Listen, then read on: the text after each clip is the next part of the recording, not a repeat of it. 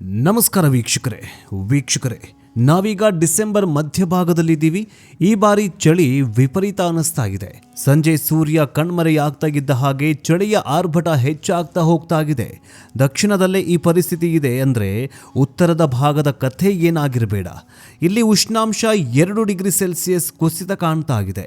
ದೆಹಲಿಯ ಮೇಲೆ ಚಳಿಯ ಪ್ರಭಾವ ಹೆಚ್ಚಾಗ್ತಾ ಇದೆ. ಹಾಗಾದ್ರೆ ಈ ಬಾರಿಯ ವಿಪರೀತ ಚಳಿಗೆ ಕಾರಣ ಏನಿದು ವೆಸ್ಟರ್ನ್ ಡಿಸ್ಟರ್ಬೆನ್ಸ್. ಈ ಬಾರಿಯ ಚಳಿ ಇನ್ನಷ್ಟು ಕಾಡುತ್ತಾ? ನಮ್ಮ ಕರ್ನಾಟಕದಲ್ಲಿ ಚಳಿಯ ಪ್ರಭಾವ ಎಷ್ಟರ ಮಟ್ಟಿಗೆ ಇರತ್ತೆ? ಬನ್ನಿ ಇವತ್ತಿನ ವಿಡಿಯೋದಲ್ಲಿ ಈ ವಾತಾವರಣ ಬದಲಾವಣೆಯ ಕುರಿತು ಒಂದಿಷ್ಟು ಮಾಹಿತಿಯನ್ನು ಪಡೆದುಕೊಳ್ಳೋಣ. ಆದರೆ ಈ ಚಳಿಯ ಜೊತೆಗೆ ಮಳೆಯ ಆರ್ಭಟವೂ ಕೂಡ ಹೆಚ್ಚಾಗಲಿದೆಯಂತೆ. ನಿಮಗೆ ನೆನಪಿರಬಹುದು, ಇದೇ ಡಿಸೆಂಬರ್ ತಿಂಗಳಲ್ಲಿ, ಡಿಸೆಂಬರ್ ಅಂತ್ಯದ ಕಾಲದಲ್ಲಿ ಕೊರೋನಾ ಬಂದ್ವಕ್ಕರಿಸಿತ್ತು. ಯಾವಾಗ ಈ ವಾತಾವರಣ ಸಡನ್ ಆಗಿ ಬದಲಾವಣೆಯಾಗತ್ತೋ, ಅದರಲ್ಲೂ ಈ ಡಿಸೆಂಬರ್ ತಿಂಗಳಲ್ಲಿ ಏನಾದರೂ ವಾತಾವರಣ ಬದಲಾಗಿದ್ದೆಯಾದಲ್ಲಿ ಯಾವುದಾದ್ರೂ ಹೊಸ ವೈರಸ್ ಹುಟ್ಟಿಕೊಳ್ಳುವ ಸಾಧ್ಯತೆ ಇದೆ ಅಂತ ಈಗಾಗಲೇ ವಿಜ್ಞಾನಿಗಳು ಎಚ್ಚರಿಕೆಯನ್ನು ಕೊಟ್ಟಿದ್ದಾರೆ. ಹಾಗಾದರೆ ಏನಿದು ಡಿಸೆಂಬರ್ ಆಟ? ಡೆಡ್ಲಿ ಡಿಸೆಂಬರ್ನಲ್ಲಿ ಯಾಕೆ ವೈರಸ್ಗಳು ಜೊತೆಗೆ ವಾತಾವರಣದಲ್ಲಿ ಏರುಪೇರಾಗತ್ತೆ? ಇದೆಲ್ಲದರ ಕುರಿತಂತೆ ಮಾಹಿತಿಯನ್ನು ಪಡೆದುಕೊಳ್ತಾ ಹೋಗೋಣ. ಆದರೆ ಅದಕ್ಕಿಂತ ಮುಂಚೆ ನಿಮ್ಮೂರು ಯಾವುದು? ನಿಮ್ಮೂರಲ್ಲಿ ಯಾವ ತೆರನಾದ ವಾತಾವರಣ ಇದೆ? ಕಮೆಂಟ್ ಮೂಲಕ ತಿಳಿಸಿ. ಬನ್ನಿ ವಿಡಿಯೋವನ್ನು ಶುರು ಮಾಡೋಣ.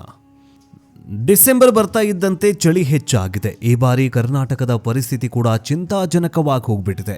ರಾಜ್ಯದಲ್ಲಿ ಉಷ್ಣಾಂಶ ಕನಿಷ್ಠ ಮಟ್ಟಕ್ಕೆ ಕುಸಿತ ಇದ್ದು, ಉತ್ತರ ಕರ್ನಾಟಕದ ವಿಜಯಪುರ, ಬೀದರ್, ಕಲಬುರಗಿ, ಬಾಗಲಕೋಟೆ, ಬೆಳಗಾವಿ, ಧಾರವಾಡ ಸೇರಿದಂತೆ ಸಾಕಷ್ಟು ಜಿಲ್ಲೆಗಳಲ್ಲಿ ಚಳಿಯ ಅಬ್ಬರ ಮತ್ತಷ್ಟು ಹೆಚ್ಚಾಗತ್ತೆ ಅಂತ ಹವಾಮಾನ ಇಲಾಖೆ ಈಗಾಗಲೇ ಮುನ್ಸೂಚನೆಯನ್ನು ಕೊಡ್ತಾಗಿದೆ. ಹಾಗೆಯೇ ರಾಜಧಾನಿ ಬೆಂಗಳೂರಲ್ಲೂ ಕೂಡ ಉಷ್ಣಾಂಶ ಕಳೆದ 9 ವರ್ಷಗಳಲ್ಲೇ ಮೊದಲ ಬಾರಿಗೆ 12 ಡಿಗ್ರಿ ಸೆಲ್ಸಿಯಸ್ಗೆ ಕುಸಿತ ಇದೆ ಅಂತ ಹವಾಮಾನ ಇಲಾಖೆ ಹೇಳಿದೆ. 2016ರ ಡಿಸೆಂಬರಲ್ಲಿ 12 ಡಿಗ್ರಿ ಸೆಲ್ಸಿಯಸ್ ಉಷ್ಣಾಂಶ ಬೆಂಗಳೂರಲ್ಲಿ ದಾಖಲಾಗಿತ್ತು. ಅದೇ ಅತ್ಯಂತ ಕನಿಷ್ಠ ಉಷ್ಣಾಂಶ ಅಂತ ಹೇಳ್ತಾ ಇದ್ರು. ಈ ಬಾರಿ ಕೂಡ ಬೆಂಗಳೂರಿನ ಉಷ್ಣಾಂಶ ಅಂದರೆ ಟೆಂಪರೇಚರು 12 ಡಿಗ್ರಿ ಸೆಲ್ಸಿಯಸ್ ತಲುಪೋ ಸಾಧ್ಯತೆ ಇದೆ ಅಂತ ಹವಾಮಾನ ಇಲಾಖೆ ಹೇಳ್ತಾ ಇದೆ. ಇನ್ನು ಸದ್ಯಕ್ಕೆ ಬೆಂಗಳೂರಿನ ಉಷ್ಣಾಂಶ ಈಗಾಗಲೇ 14 ಡಿಗ್ರಿ ಸೆಲ್ಸಿಯಸ್ ಮುಟ್ಟಿದೆ. ಮುಂಬರೋ ದಿನಗಳಲ್ಲಿ ಅಂದರೆ ಮುಂದಿನ 3 ದಿನಗಳಲ್ಲಿ ಇನ್ನಷ್ಟು ಕುಸಿತವಾಗುವ ಸಾಧ್ಯತೆ ಇದೆ ಅಂತ ಹವಾಮಾನ ಇಲಾಖೆ ಎಚ್ಚರಿಕೆಯನ್ನು ಕೊಡ್ತಾಗಿದೆ. ಈ 3 ದಿನದಲ್ಲಿ ರಾಜ್ಯಾದ್ಯಂತ ಶೀತ ಗಾಳಿಯ ಪ್ರಭಾವ ಹೆಚ್ಚಾಗಿರಲಿದೆ. ಮುಂಜಾನೆ ಸಮಯದಲ್ಲಿ ಹೆಚ್ಚು ಮಂಜು ಕವಿದ ವಾತಾವರಣ ಇರಲಿದೆ. ತಮಿಳುನಾಡಲ್ಲಿ ಹಾಗೂ ಅಂಡಮಾನ್ ನಿಕೋಬಾರ್ಗಳಲ್ಲಿ ಸಣ್ಣ ಪ್ರಮಾಣದಲ್ಲಿ ಮಳೆ ಬೀಸುವ ಅಥವಾ ಮಳೆ ಬೀಳುವ ಸಾಧ್ಯತೆ ಇದೆ ಅಂತ ಹೇಳಲಾಗಿದೆ. ತಮಿಳುನಾಡಿನಲ್ಲಿ ಅಥವಾ ಅಂಡಮಾನ್ ನಿಕೋಬಾರದಲ್ಲಿ ವಾಯುಭಾರ ಕುಸಿತ ಉಂಟಾದರೆ ಬೆಂಗಳೂರಿನ ಮೇಲೆ ಮಳೆಯ ಪ್ರಭಾವವೂ ಕೂಡ ಬೀಳುವ ಸಾಧ್ಯತೆ ಇದೆ. ಮುಂದಿನ 3 ದಿನಗಳಲ್ಲಿ ಶೀತ ಮಾರುತ ಅಂದರೆ ಚಳಿಯ ಜೊತೆಗೆ ಮಳೆಯೂ ಕೂಡ ಬೀಳುವ ಸಾಧ್ಯತೆ ಇದೆ. ಹೀಗೆ ದಕ್ಷಿಣದ ರಾಜ್ಯಗಳಲ್ಲಿ ಚಳಿಯ ಪ್ರಮಾಣ ಹೆಚ್ಚಾಗ್ತಾ ಇದ್ರೆ, ಉತ್ತರ ಭಾರತದಲ್ಲಿ ಚಳಿಗೆ ಜನ ಪತ್ರಗೊಟ್ಟು ಹೋಗ್ತಾ ಇದ್ದಾರೆ. ಡಿಸೆಂಬರ್ 11ನೇ ತಾರೀಕು ಹಿಮಾಚಲ ಪ್ರದೇಶದ ಮನಾಲಿಯಲ್ಲಿ ಅಂದರೆ ಉಷ್ಣಾಂಶ 2 ಡಿಗ್ರಿ ಸೆಲ್ಸಿಯಸ್ ಕುಸಿದಿದೆ. ಹಾಗೆಯೇ ಕಾಶ್ಮೀರದಲ್ಲಿ 4 ಡಿಗ್ರಿ ಸೆಲ್ಸಿಯಸ್, ಬಾರಾಮುಲ್ಲಾ ಹಾಗೂ ಸೋಂಪೂರ್ನಲ್ಲಿ 7 ಡಿಗ್ರಿ ಸೆಲ್ಸಿಯಸ್, ಶ್ರೀನಗರದಲ್ಲಿ 10 ಡಿಗ್ರಿ ಸೆಲ್ಸಿಯಸ್, ಗ್ಯಾಂಗ್ವನ್, ಬಂಡೀಪುರ, ಹಂದೂವರದಲ್ಲಿ 11 ಡಿಗ್ರಿ ಸೆಲ್ಸಿಯಸ್ ಜೊತೆಗೆ ಜೋಗಿಂದರ್ ನಗರದಲ್ಲಿ 12 ಡಿಗ್ರಿ ಸೆಲ್ಸಿಯಸ್ ಉಷ್ಣಾಂಶ ದಾಖಲಾಗಿದೆ. ಡಿಸೆಂಬರ್ ಕೊನೆ ಹೊತ್ತಲ್ಲಿ ಇಲ್ಲಿ ಪರಿಸ್ಥಿತಿ ಮತ್ತಷ್ಟು ಬಿಗಡಾಯಿಸುವ ಸಾಧ್ಯತೆ ಇದೆ. ಕಾಶ್ಮೀರದಲ್ಲಿ ಉಷ್ಣಾಂಶ -ಅನ್ನ ಮುಟ್ಟತ್ತೆ ಅಂತ ಹವಾಮಾನ ಇಲಾಖೆ ಈಗ ಹೇಳ್ತಾ ಇದೆ. ಸದ್ಯಕ್ಕೆ ರಾಜಧಾನಿ ದೆಹಲಿಯಲ್ಲಿ ಕನಿಷ್ಠ 17 ಡಿಗ್ರಿ ಸೆಲ್ಸಿಯಸ್ ಉಷ್ಣಾಂಶ ದಾಖಲು ಆದರೆ ಗರಿಷ್ಠ 25 ಡಿಗ್ರಿ ಸೆಲ್ಸಿಯಸ್ ಉಷ್ಣಾಂಶ ದಾಖಲಾಗ್ತಾ ಇದೆ. ಆದರೆ ದೆಹಲಿಯ ಪರಿಸ್ಥಿತಿ ಹೀಗೆ ಇರೋದಿಲ್ಲ. ಅದು ಇನ್ನಷ್ಟು ಕನಿಷ್ಠ ಮಟ್ಟಕ್ಕೆ ಕುಸಿಯಲಿದೆ ಅಂತ ಎಚ್ಚರಿಕೆಯನ್ನು ಕೊಡಲಾಗಿದೆ. ದೆಹಲಿ ಸೇರಿದಂತೆ ಕೆಲವೊಂದಿಷ್ಟು ದೇಶದ ಪ್ರಮುಖ ನಗರಗಳಲ್ಲಿ ಎಂದೂ ಕೂಡ ಈ ಸ್ನೋಫಾಲ್ ಅಂತೀವಲ್ಲ, ಹಿಮ ಬೀಳುವುದಂತೀವಲ್ಲ, ಈ ಹಿಮ ಬೀಳುವ ಸಾಧ್ಯತೆ ಇದೆ ಅಂತಹ ಹವಾಮಾನ ಬದಲಾವಣೆಯಾಗುವ ಸಾಧ್ಯತೆ ಇದೆ ಅಂತ ಹವಾಮಾನ ಇಲಾಖೆ ಹೇಳ್ತಾ ಇದ್ದಾರೆ. ಇನ್ನು ವೀಕ್ಷಕರೇ, ದೆಹಲಿಯಲ್ಲಿ ಈ ಮಟ್ಟಕ್ಕೆ ಉಷ್ಣಾಂಶ ಕುಸಿಯೋದಕ್ಕೆ ಕಾರಣ ಆಗ್ತಾ ಇರೋದು ವೆಸ್ಟರ್ನ್ ಡಿಸ್ಟರ್ಬೆನ್ಸ್. ಸಾಮಾನ್ಯವಾಗಿ ವೆಸ್ಟರ್ನ್ ಡಿಸ್ಟರ್ಬೆನ್ಸ್ನ ಸಮಯದಲ್ಲಿ ಉತ್ತರ ಭಾರತದ ಹವಾಮಾನದಲ್ಲಿ ಇನ್ನಷ್ಟು ಚಳಿ ಕಂಡುಬರಬಹುದು ಅಂತ ಹೇಳಲಾಗ್ತಾ ಇದೆ. ಇಲ್ಲಿ ವೆಸ್ಟರ್ನ್ ಡಿಸ್ಟರ್ಬೆನ್ಸ್ ಅಂತಂದರೆ ಮೆಡಿಟೇರಿಯನ್ ಸಮುದ್ರ, ಕಪ್ಪು ಸಮುದ್ರ, ಕ್ಯಾಸ್ಪಿಯನ್ ಸಮುದ್ರ ಪ್ರದೇಶಗಳಲ್ಲಿನ ಗಾಳಿ ಪಶ್ಚಿಮದಿಂದ ಪೂರ್ವಕ್ಕೆ ಅಂದರೆ ಇರಾನ್, ಅಫ್ಘಾನಿಸ್ತಾನ್, ಪಾಕಿಸ್ತಾನದ ಮೂಲಕ ಭಾರತದ ಕಡೆಗೆ ಬರುತ್ತೆ. ಈ ಸಂದರ್ಭದಲ್ಲಿ ಹೆಚ್ಚು ಪ್ರಮಾಣದಲ್ಲಿ ಮಳೆಯಾಗುವ ಅಥವಾ ಹಿಮ ಬೀಳುವ ಸಾಧ್ಯತೆ ಕೂಡ ಇರುತ್ತೆ. ಪ್ರತಿ ವರ್ಷ ಈ ವೆಸ್ಟರ್ನ್ ಡಿಸ್ಟರ್ಬೆನ್ಸ್ ಅನ್ನೋದು ಭಾರತಕ್ಕೆ ಬಂದಪ್ಪಳಿಸತ್ತೆ. ಈ ದಾರಿಯಲ್ಲಿ ಸಿಗುವ ಎಲ್ಲ ದೇಶಗಳಲ್ಲೂ ಕೂಡ ಇದರ ಪ್ರಭಾವ ವಿಪರೀತ ಪ್ರಮಾಣದಲ್ಲಿ ಇರುತ್ತೆ. ಈ ಪೈಕಿ ಅಫ್ಘಾನಿಸ್ತಾನದಲ್ಲಿ ವಿಪರೀತ ಪ್ರಮಾಣದಲ್ಲಿ ಚಳಿ ಹೆಚ್ಚಾಗಿರುತ್ತೆ. ಹಾಗೆ ಪಾಕಿಸ್ತಾನ ಕೂಡ ಚಳಿಗೆ ತತ್ತರಿಸಿ ಹೋಗುತ್ತೆ. ಸಾಮಾನ್ಯವಾಗಿ ಅಕ್ಟೋಬರ್ನಿಂದ ಮಾರ್ಚ್ ತಿಂಗಳವರೆಗೆ ಇದರ ಪ್ರಭಾವ ಇರುತ್ತೆ. ಆದರೆ ಡಿಸೆಂಬರ್ನಿಂದ ಫೆಬ್ರವರಿಯಲ್ಲಿ ಇದರ ಪ್ರಭಾವ ತುಂಬಾ ಜಾಸ್ತಿಯಾಗಿ ಕಂಡುಬರುತ್ತೆ. ಈ ವೆಸ್ಟರ್ನ್ ಡಿಸ್ಟರ್ಬೆನ್ಸನ್ನು ಕಾರಣದಿಂದಾಗಿ ಇರಾನ್, ಇರಾಕ್, ಅಫ್ಘಾನಿಸ್ತಾನ್, ಪಾಕಿಸ್ತಾನದಲ್ಲೂ ಕೂಡ ಹಿಮ ಸುರಿಯೋದು, ಚಳಿ ಹೆಚ್ಚಾಗೋದು ಈ ತರಹದ ಘಟನೆಗಳು ನಡೀತಾ ಇರುತ್ತೆ. ಜೊತೆಗೆ ಮಳೆಯೂ ಕೂಡ ಆಗ್ತಾ ಇರುತ್ತೆ. ಇದರ ಪರಿಣಾಮ ಭಾರತದ ಮೇಲೂ ಕೂಡ ಆಗಲಿದ್ದು, ಉತ್ತರ ಭಾರತದಲ್ಲಿನ ಉಷ್ಣಾಂಶ ಕುಸಿಯೋದರ ಹಿಂದೆ ಈ ಪಶ್ಚಿಮ ಗಾಳಿಯ ಪ್ರಭಾವ ಇದ್ದೇ ಇರುತ್ತೆ. ಇದು ಪಂಜಾಬ್, ಹರಿಯಾಣ, ದೆಹಲಿ, ಉತ್ತರ ಪ್ರದೇಶ, ರಾಜಸ್ಥಾನ, ಹಿಮಾಚಲ ಪ್ರದೇಶ, ಉತ್ತರಾಖಂಡ್, ಜಮ್ಮು ಕಾಶ್ಮೀರ ಹಾಗೂ ಲದಾಖ್ಗಳ ಮೇಲೆ ಹೆಚ್ಚಿನ ಪ್ರಭಾವವನ್ನು ಉಂಟು ಮಾಡುತ್ತೆ.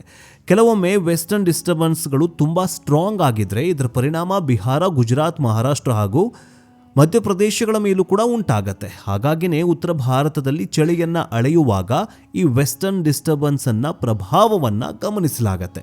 ಈ ಬಾರಿ ವೆಸ್ಟರ್ನ್ ಡಿಸ್ಟರ್ಬೆನ್ಸ್ ತುಂಬಾ ಸ್ಟ್ರಾಂಗ್ ಆಗಿದ್ದು ಉತ್ತರ ಭಾರತ ಚಳಿಯಿಂದ ತತ್ತರಿಸಬಹುದು ಅಂತ ಅಂದಾಜು ಮಾಡ್ತಾ ಇದೆ ಹವಾಮಾನ ಇಲಾಖೆ. ಇನ್ನು ವೆಸ್ಟರ್ನ್ ಡಿಸ್ಟರ್ಬೆನ್ಸ್ ಅನ್ನೋದು ಯಾಕಪ್ಪ ಬರುತ್ತೆ, ಚಳಿನ ಯಾಕಪ್ಪ ಇಷ್ಟೊಂದು ಜಾಸ್ತಿ ಮಾಡುತ್ತೆ ಅಂತ ನೀವು ಅಂದ್ಕೊಳ್ಬಹುದು. ವೀಕ್ಷಕರೇ, ಇದು ಭಾರತಕ್ಕೆ ತುಂಬ ಅಗತ್ಯವಾಗಿರಬೇಕಾಗಿರುವಂತಹ ವಾತಾವರಣ. ಯಾಕಂತಂದರೆ ಸಾಮಾನ್ಯವಾಗಿ ಉತ್ತರ ಭಾರತದಲ್ಲಿ ಅಕ್ಟೋಬರ್ನಿಂದ ಮಾರ್ಚ್ವರೆಗೆ ಬೀಳುವ ಮಳೆಯಲ್ಲಿ 30% ಮಳೆ ಇದೇ ವೆಸ್ಟರ್ನ್ ಡಿಸ್ಟರ್ಬೆನ್ಸ್ನ ಕಾರಣದಿಂದಾಗಿ ಆಗತ್ತೆ. ಹಾಗಾಗಿನೇ ಜನವರಿ, ಫೆಬ್ರವರಿ ಮತ್ತು ಮಾರ್ಚ್ ತಿಂಗಳುಗಳಲ್ಲಿ ಇದರ ಕಾರಣದಿಂದಾಗಿ ಹಿಮ ಸುರಿಯೋದಕ್ಕೆ ಶುರುವಾಗುತ್ತೆ. ಈ ಹಿಮಾಲಯದಲ್ಲಿ ಸಂಗ್ರಹವಾದಾಗ ಬೇಸಿಗೆ ಸಮಯದಲ್ಲಿ ಉತ್ತರದ ಜೀವನದಿಗಳಿಗೆ ನೀರನ್ನು ಒದಗಿಸುತ್ತೆ. ಹಾಗಾಗಿನೇ ಭಾರತದ ಜೀವನದಿಗಳಾಗಿರೋ ಗಂಗಾ, ಯಮುನಾ ನದಿಗಳಲ್ಲಿ ಬೇಸಿಗೆಯಲ್ಲೂ ಕೂಡ ನೀರು ಹರಿಯುವುದಕ್ಕೆ ಸಾಧ್ಯ ಆಗೋದು.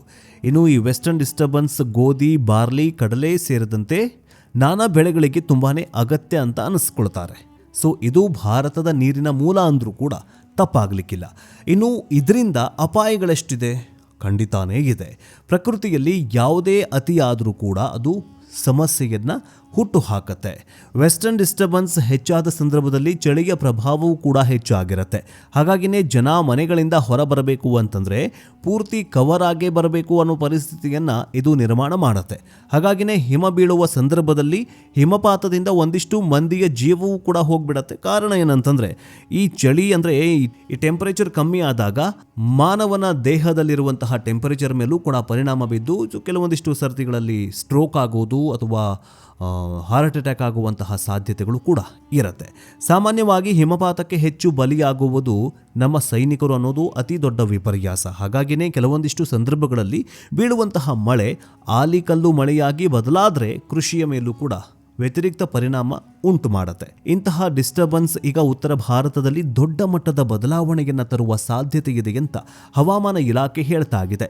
ಅದರಲ್ಲೂ ದೆಹಲಿಯ ಉಷ್ಣಾಂಶ ಭಾರೀ ಪ್ರಮಾಣದಲ್ಲಿ ಕುಸಿಯುವ ಆತಂಕ ಎದುರಾಗಿದೆ. ವೀಕ್ಷಕರೇ, ಈ ಉತ್ತರ ಭಾರತ ಇದೆಯಲ್ಲ, ಇದು ಪ್ರಾಕೃತಿಕವಾಗಿ ಸಮೃದ್ಧ ಪ್ರದೇಶವಾಗಿದೆ. ಆದರೆ ಅಲ್ಲಿನ ದೊಡ್ಡ ಸಮಸ್ಯೆ ಅಂದರೆ ಅಲ್ಲಿ ಬಿಸಿಲು ಕೂಡ ಹೆಚ್ಚಾಗಿರುತ್ತೆ. ಹಾಗೆ ಚಳಿ ಕೂಡ ತುಂಬಾ ಹೆಚ್ಚಾಗಿರುತ್ತೆ. ಸಾಮಾನ್ಯವಾಗಿ ಬೇಸಿಗೆ ಸಮಯದಲ್ಲಿ ದೆಹಲಿ, ಉತ್ತರ ಪ್ರದೇಶ, ಹರಿಯಾಣ, ರಾಜಸ್ಥಾನಗಳಲ್ಲಿ ಹೀಟ್ ವೇವ್ ಬಗ್ಗೆ ನಾವು ಕೇಳೇ ಇರ್ತೀವಿ. ಹೀಟ್ ವೇವ್ ಅಂತಂದರೆ ಉಷ್ಣ ಪ್ರಳಯ, ಅಂದರೆ ಅಲ್ಲಿ ಅತಿ ಹೆಚ್ಚಿನ ತಾಪಮಾನ ಇರುತ್ತೆ. ಹಾಗೆಯೇ ಚಳಿಗಾಲದಲ್ಲೂ ಕೂಡ ದೆಹಲಿ ಮತ್ತು ಉತ್ತರದ ಕೆಲ ನಗರಗಳಲ್ಲಿ ಅತಿ ಹೆಚ್ಚಿನ ಪ್ರಮಾಣದ ಚಳಿ ಉಂಟಾಗತ್ತೆ. ಇದನ್ನು ಕೋಲ್ಡ್ ವೇವ್ ಅಂತ ಕೂಡ ಕರಿತೀವಿ.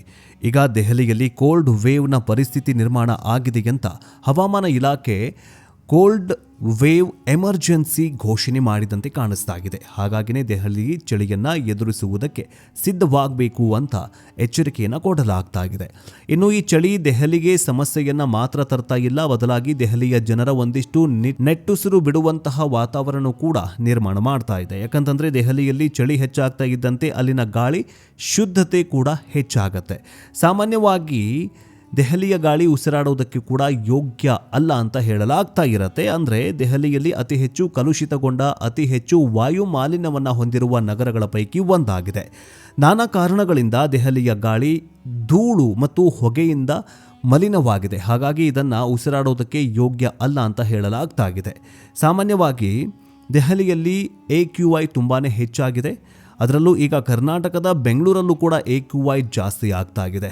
ಇನ್ನು AQI ಜಾಸ್ತಿ ಆದ್ಮೇಲೆ ಅಥವಾ AQI ಜಾಸ್ತಿ ಆದರೆ ಅಥವಾ ಹವಾಮಾನ ಬದಲಾವಣೆಯಾಗಿ ವಾಯು ಮಾಲಿನ್ಯ ಜಾಸ್ತಿ ಆಗಿದ್ದೇ ಅದರಲ್ಲಿ ನಾವು ಉಸಿರಾಡುವಂತಹ ಗಾಳಿಗೆ ಕಲುಷಿತವಾದರೆ, ವಿಷವಾದರೆ ನಮ್ಮೆಲ್ಲರ ಅಂತ್ಯವಾಗೋದು ಖಚಿತ. ಒಟ್ಟಿನಲ್ಲಿ ಸ್ವಲ್ಪ ಕಾಲ ಆದರೂ ದೆಹಲಿಯ ಜನ ಅತಿ ಕೆಟ್ಟ ಗಾಳಿಯನ್ನು ಸೇವಿಸ್ತಾ ಇರುವಂತಹದ್ದು ಕೂಡ ತಪ್ಪಾಗುತ್ತೆ. ಒಟ್ಟಿನಲ್ಲಿ ಈಗ ಮುಂದಿನ ದಿನಗಳಲ್ಲಿ, ಮುಂದಿನ 3 ದಿನಗಳವರೆಗೆ ಕರ್ನಾಟಕ ಸೇರಿದಂತೆ ದೇಶಾದ್ಯಂತ ಅತಿ ಹೆಚ್ಚಿನ ಶೀತ ಗಾಳಿ ಅಂದರೆ ಚಳಿ ಜಾಸ್ತಿ ಆಗುವ ಸಾಧ್ಯತೆ ಇದೆ. ತಮಿಳುನಾಡು, ಅಂಡಮಾನ್ ಮತ್ತು ನಿಕೋಬಾರ್ನಲ್ಲಿ ಬಿರುಗಾಳಿ ಅಂದರೆ ಬಿರುಗಾಳಿ ಸಹಿತ ಭಾರಿ ಮಳೆಯಾಗುವ ಸಾಧ್ಯತೆ ಇದೆ ಅಂತ ಹವಾಮಾನ ಇಲಾಖೆ ಎಚ್ಚರಿಕೆಯನ್ನು ಕೊಡ್ತಾ ಇದೆ. ಕರ್ನಾಟಕದ 7 ಜಿಲ್ಲೆಗಳಿಗೆ ಯೆಲ್ಲೋ ಅಲರ್ಟ್ ಘೋಷಣೆ ಮಾಡಲಾಗಿದೆ. ಆದ್ದರಿಂದ ಚಳಿ ಜಾಸ್ತಿ ಆಗ್ತಾ ಇದೆ. ಎಲ್ಲೋ ಒಂದು ಕಡೆ ಮಳೆಯೂ ಕೂಡ ಹೆಚ್ಚಾಗುವ ಸಾಧ್ಯತೆ ಇರೋದ್ರಿಂದಾಗಿ ಹವಾಮಾನ ಇಲಾಖೆ ಎಚ್ಚರಿಕೆಯನ್ನು ಕೊಟ್ಟಿದೆ. ನೀವು ಕೂಡ ಎಚ್ಚರದಿಂದ ಇರಿ ಅಂತ ಹೇಳ್ತಾ ಬಿ ಕೇರ್ಫುಲ್. ನೆಕ್ಸ್ಟ್ ಎಪಿಸೋಡ್ನೊಂದಿಗೆ ಮತ್ತೆ ಭೇಟಿಯಾಗೋಣ. ಜೈ ಹಿಂದ್, ಜೈ ಕರ್ನಾಟಕ.